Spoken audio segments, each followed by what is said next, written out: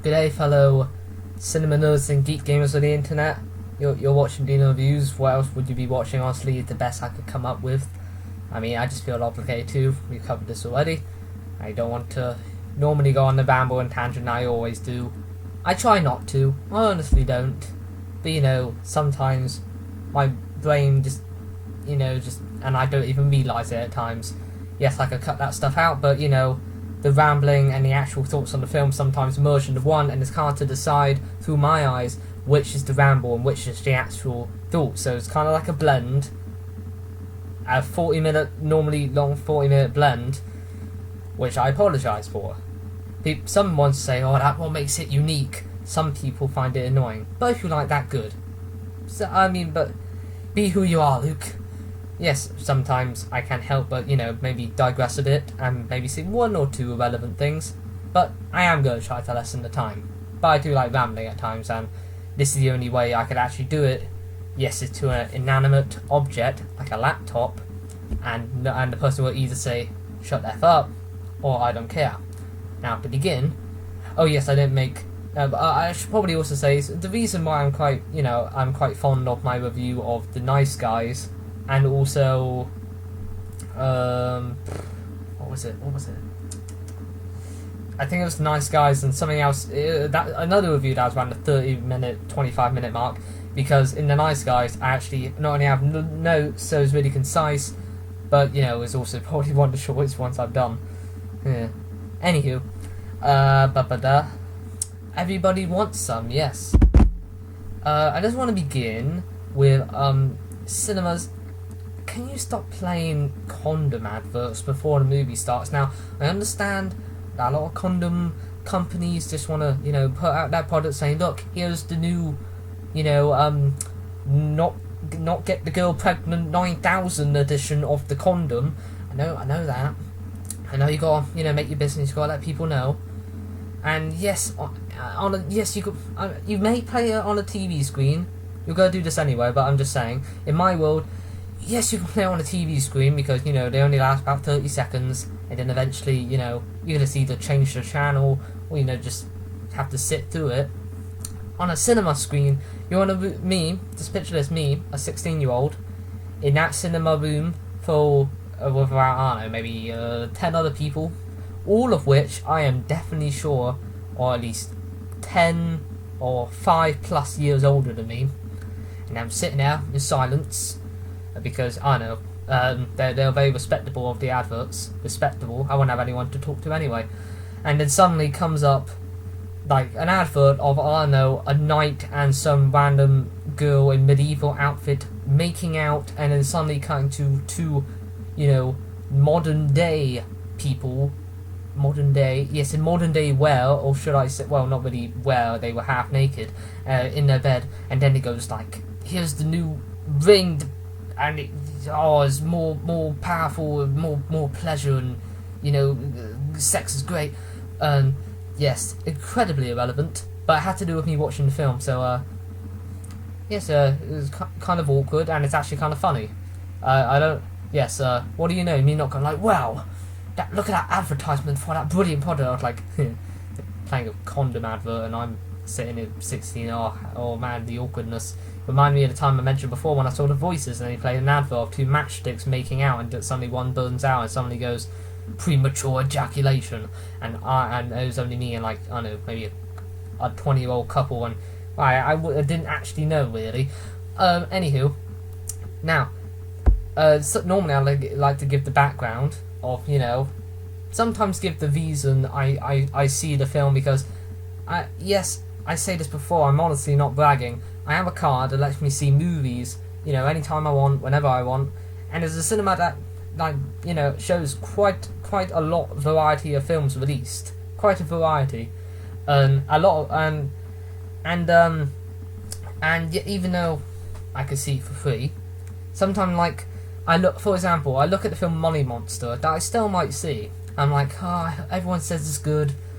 But do I really want to go through 2 hours or so of my life to see that? And yes, and some, for example, some films I do skip out on like that Bastille Day, like, action film with yourself. I might, but I missed out on it. But with this film, it wasn't even in my cinema. It wasn't the cinema I normally go to. It didn't shown. It wasn't shown at all. But I don't know, something just kind of drew me to see it. I heard like around that it was really good, and also I heard it was set in the 80s. They shown the trailer a few times in the cinemas, so I could have just skipped it, said, oh, I missed it, maybe one day. But here it was the same instance of when I said, oh, it was only one of the last times I could see Lady in the Van. I'll just go see it. Might as well. Might be good. And what do you know? It's one of those films that I go like, thank God I saw that. What a lovely little hidden gem. Probably not a gem. A lot of people are talking about this, even though I'm definitely sure it's very independent, because I saw it at a cinema called The Watershed that pretty much, believe all the time shows independent films. I've only been there once, and I was on a college trip to see the documentary Amy. Very good, by the way. And it was very good cinema, by the way. They had automatic closing curtains. They had like lovely. In fact, I'll demonstrate.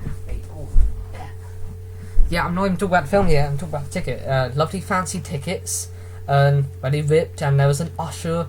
And I mean, the seats didn't have headrests, but really good. I quite liked it. I quite enjoyed it. But anywho, before going into the film, the only thing I knew was that it was independent, and it was set in the 80s, and I believe it was about college students. And then when I quickly looked on Wikipedia before going in, it's a spiritual sequel. Well, actually no, they said it on the Watershed website. It was a spiritual sequel to a film called Dazed and Confused. I've heard of this film, but I've never seen it. But that's good because it said spiritual, so it helps if you've seen it. It's a bit like the film This Is 40 being a spiritual sequel to the film Knocked Up. I haven't seen This Is 40 yet. It got Ant-Man in it. Not Ant-Man, Paul Rudd. So yes, it was a spiritual sequel. I'm sure at some, which makes me wonder, I'm sure at some point if I saw Dazed and Confused before, I would be like, oh yes, that's referencing something in that film. Maybe I'll most likely see it if I can now, maybe on Netflix. But the point is it good? Yes, I had a very, very good time with it. It was a charming, lovely film about a bunch of college guys in the 80s getting drunk, doing drugs, and trying to have the sex. I don't have to say but I think it may add some comedic value. I actually know what it is. I'm not as young as you may think I am. You judgmental little nitwits. I'm kidding. Now that was for comedic effect. Anywho, so okay, where do I go from here? So everybody wants some, or should I say, everybody wants some? I didn't want to say that too loudly. I didn't want to annoy anyone. But because there was only 2 exclamation marks in the title, I only said it partially loudly. In fact, if there was only one, you would still say it loudly, but it's like much loud. Anywho, said that quite a few times now. So yeah, I didn't make any notes with this. So and hopefully I don't come off as, oh, if it's a Marvel film or a big budget blockbuster or a film that I knew I was much looking forward to, that's when it's worthy of me making notes. No, I believe no matter what budget, no matter what actors, no matter what plot, no matter what type of cinema is shown in, it deserves, talked about and deserves recognition. Like, yes, I'm sure Civil War is getting all the praise it can, which it deserves. It's an excellent film. But I'm also glad this film, from what I've heard, is getting a lot of attention. I believe positive. I haven't watched a single review yet. I just got home from seeing it. And because, it's a good film no matter what its budget. I'm sure someone could make a Citizen Kane type masterpiece on a sandwich budget. I'm not exactly sure. I hate to come off smug and as a film expert, yes, I watch so many independent films. Ever heard of By the Moonlit Flower? No, because it's only been shown in 2 cinemas every 3 years, and I've seen it. Hasn't even come on DVD. Civil War? Yes, I've seen that, but have you seen Daffodil 24? It's a metaphor about how life is just an empty bucket of nothingness. No, I'm not like that. adding a little bit of sketch in here, and I didn't even get out of my seat. I'm not wearing the orange blazer, it's extremely hot. Temperature-wise, my pun meter was up a notch then. Okay, now you know. Now the thing is with this film, what I really like about it and admire, it's not the only film that's done this. I'm definitely sure of that. When you look at, like, I don't know, pretty much any film, I can look around. There's always an end goal with like almost every film ever. I'll just look at the Home Alone. What's the end goal of that film? The mother getting home to Kevin, and also Kevin stopping the burglars and getting them arrested. And that film's the creme of the creme. Creme de la creme? Creme de la creme. Love Home Alone. Should watch that again. But it's not Christmas yet. That music. No, wait, how'd it go? There you go. There's an example of me saying irrelevant stuff. But yes. I can say a bunch of examples. But when you look at a lot of films, there's always an end goal. Defeat the bad guy. Hero underdog is recognised as a swell guy. Here, there is no end goal. What I really like about it is that the film, pretty much all of the film, is split up by it basically shows these college guys, their first few days at college before their class starts, and before they're imprisoned and they're not free anymore. Now they have to study and stuff, so no more fun. But it's split up by halfway through it'll go class starts in 2 days and 11 hours, and that's how basically there is no end goal. There's no I want to get the girl. Basically it's just these college guys enjoying again drugs, alcohol, ladies, just and you seeing how they interact. You following these just couple of guys who start to befriend one another, mainly the freshmen who start out, who just got there, with the guys who've been there a few years. So yeah, that's basically how it plays out from start to finish. Even at the end, when you think, oh yes, this is where his actual college year begins, and you see him befriend the guys more, and maybe at one moment they're gonna get into an argument, and he's gonna, and his relationship is gonna grow with this girl. Nope. Basically, the whole film is the build up to the actual thing that high school or college films normally do. 10 Things I Hate About You. What if the whole film wasn't just Joseph Gordon-Levitt's year in that high school or college or whatever it was, trying to get with this girl, but instead just the couple of days before he actually moves there, and the whole movie was just about that. It'll be a bit peculiar, but this movie does it. It's not about him actually in the main character, who I'm talking about, the freshman who we really focus on here, called Jake. It's not about him, his actual college year. It's just the first few days when he actually gets there, and him and all the people he befriends, I like them. And I mean, there's one guy that looks like Napoleon Dynamite's brother from Napoleon Dynamite. How did he talk? Oh yeah, it's a real big deal, Napoleon. I can't remember exactly. The black, black hair and a mustache, and you found some to go on the internet if you've seen Napoleon Dynamite, another independent film, a very famous one as that, starring the guy from Blaze of Glory. The guy looks like that, except his character in this film is the complete opposite. They're not even the same character; they just look a bit the same.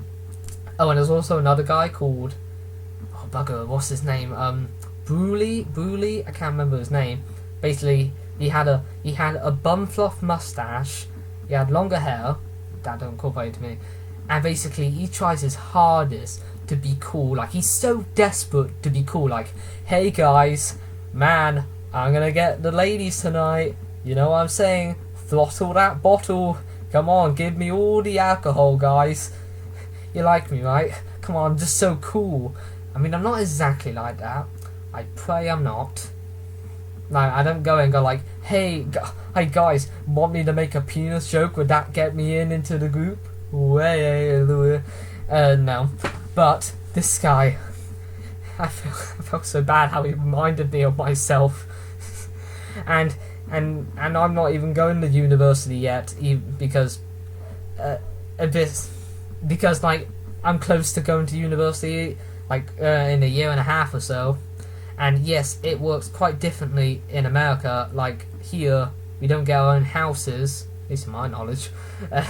Monsters University tricked me, because I grew up on a lot of movies that were based in high school and university in America, so it grew me up to think, oh, so that's what I got to look forward to. But no, you don't get your own houses and all that, and also it's based in the 80s. So me, just an English 16-year-old, not lad, that's for someone who just like go like, look at that lad drinking. No, not that type of lad, more of a +1 in the group. That's how I should describe myself.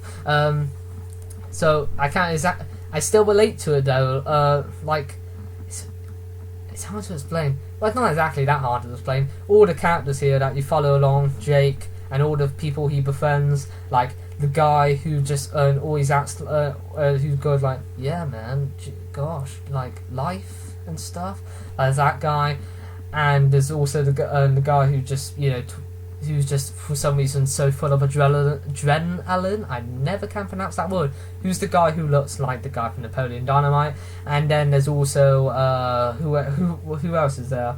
There's the guy who's really competitive. Oh, by the way, if you ever want about an hour and a half to 2 hours, one of the two, of like just a bunch of college students making as many metaphorical philosophy type stuff as possible, this is it. Like, there's so many moments where, like, mainly one guy whose name I can't remember, you'll recognise him, you know, he has a mustache and stuff, It's like, it's almost all the time he goes like, yes, in college, man, like, meaning has no meaning, and all these chums are just trying to be who they really want to be, like, really, like, competitive. It's just a way of showing who you really are. Embrace your strangeness. It's not only him, there's so many philosophical stuff that I'm definitely sure aren't actually trying to, you know, teach you some weird philosophy, but I'm sure there's back then there was a lot of people, lot of college students, mainly because they were high, going like, man, life, man, is just meaning and stuff. And do you think in the sky that, like, guys watching us, guys, you know? Oh god. Oh man, that must have been awful. But by the way, I've also noticed that this is the third movie I've seen now this year that's based in the late 70s or 80s. No, fourth, probably more. There's Sing Street, there's The Nice Guys, there's X-Men Apocalypse, which I almost forgot, and now there's this. All of those films are based in the 80s or late 70s. They're very different. One about a kid trying to impressing a girl by starting a band, which says on that poster, not the Martian up there. Then there's The Nice Guys, a guy who roughens people up and like a horrible private investigator investigating this complex murder that has to do with the porn industry. Then there's there's X-Men Apocalypse, which is about a bunch of ragtag superheroes stopping Ivan Ooze. Not Ivan Ooze. And I do wish that they made Apocalypse look a bit bulkier, like how he actually did in comics, instead of just like Oscar Isaac, bit of blue on his face and a bit of that armor, and like, oh, he's Apocalypse now. He didn't even have the A on his belt. But anywho, now it's set in the 80s, and now there's this film about basically a bunch of college students do stuff before they start class. That's how I could describe it, and that's the beauty of it, because I don't think many, like, I don't know, big Hollywood producers will go like, a 2-hour film about a bunch of college students doing stuff before class, that doesn't have the blockbuster value. Is Brad Pitt even in it? Brad Pitt isn't even in it. No, I can't accept this. No, and that's why I saw it in this type of cinema, and I had a great time. It's very funny. There's a lot of moments that it just, at some moments, it was, I don't know, not only do I really like bickering type of humour, like banter type of humour that makes me laugh. That's why I like the humour in The Nice Guys so much. But it was also, I don't know, the interactions between these friends or just bros. Like I don't know, I'm trying to think of an example. Like the part in the film where, like, Jake, he like kisses this girl goodbye, and these two friends, the the guy I really liked, who's one of my favourite characters in the film, was I can't remember his name, but the black Afro guy. Don't call me racist. I mean, how is that racist? I can't remember his name, and he's the only black guy there in the actual group of friends. So I'm just pointing that out. I'm not saying someone will be on my back for that. Anywho, that's the world. And then when he sees Jake kiss this girl, they go like, "Hey," and they're trying to wind him up, and then he goes like, "I got to go to class." Like, "You got to go to class? I want to report to my desk by Monday. I want to annotate it." I really like that. They're so just their interactions, and I don't know, they're like them just being really ridiculous. Well, not really ridiculous, just like they're.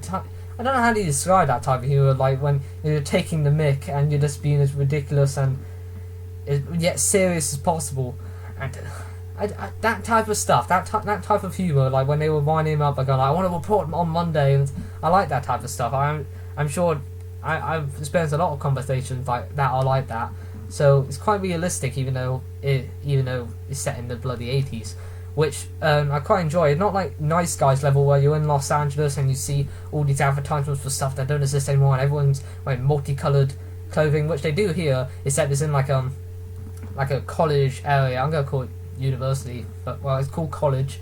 College area, and lots of houses, and people are like wearing like all these shirts with all this like type of patterns and all that. But by the way, this film makes me. I like the period of the 80s. I've said that before, especially for the music. But this film makes me wish that I could just easily just go out and go to a disco type of club, wear as colourful clothing as I want. I could wear that orange jacket and I won't get those weird looks. Well, the blazer, and I could do all those beats. I could dance to Shake Your Groove thing. I could dance to Everlasting Love. All of it, man. All of it, man. Hey, Lou, I got a time machine. What do you want to do? You want to kill Hitler? No.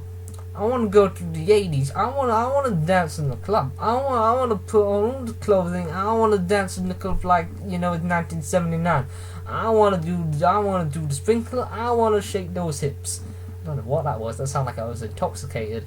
And like, hey man, I got a time machine. Oh, cool. I want to go to the 80s. Yes. Did you two really invent a time machine? What time machine were we talking about? Someone get on that sketch right now. Yes. Never. Don't break my laptop. Yeah. Okay. Anywho. Excuse me a moment. That's good stuff. Yeah. Okay. So yes. Okay. What else? Okay. As a part. I'm not sure exactly how long this movie is. In fact, I'll look at it while I'm talking. I'm not exactly sure how long this movie is, but there is a part. I can't say it while I'm looking. It is 2 hours. It's 1 hour and 56 minutes. There is a part. Because it's 2 hours, there are some moments where it feels a bit long and it kind of drags. I mean, I don't want to just say that I'm like, so I assume it must drag somewhere. As one part of the movie. No, I'm going to say where. There's a part, I can't remember, I believe it's like somewhere after the middle, like somewhere between the end and the middle, and half and a quarter, let's say, where they're practicing baseball, and it kind of drags. I mean, it's mostly just like silence and then like bickering, sometimes a back and forth, and yes, it is. Dialogue is amusing. Almost all the dialogue is very amusing and chuckle-worthy in this movie. Sometimes, just like, I just can't take it, like how what they're saying is so ridiculous, and I'm like, oh god, because they like to just make fun of each other and stuff. Make fun of each other and stuff. No, that's the best. That's the best terms for reviewers. I'm not a reviewer.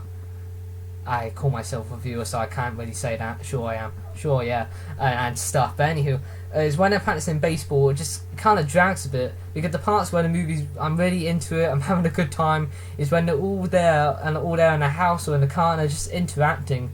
And they're bickering and they're back and forth, and like, all their like weird philosophies, and that sometimes somewhat makes sense. Like when he says embrace your weirdness, I'm sure that's a good message film.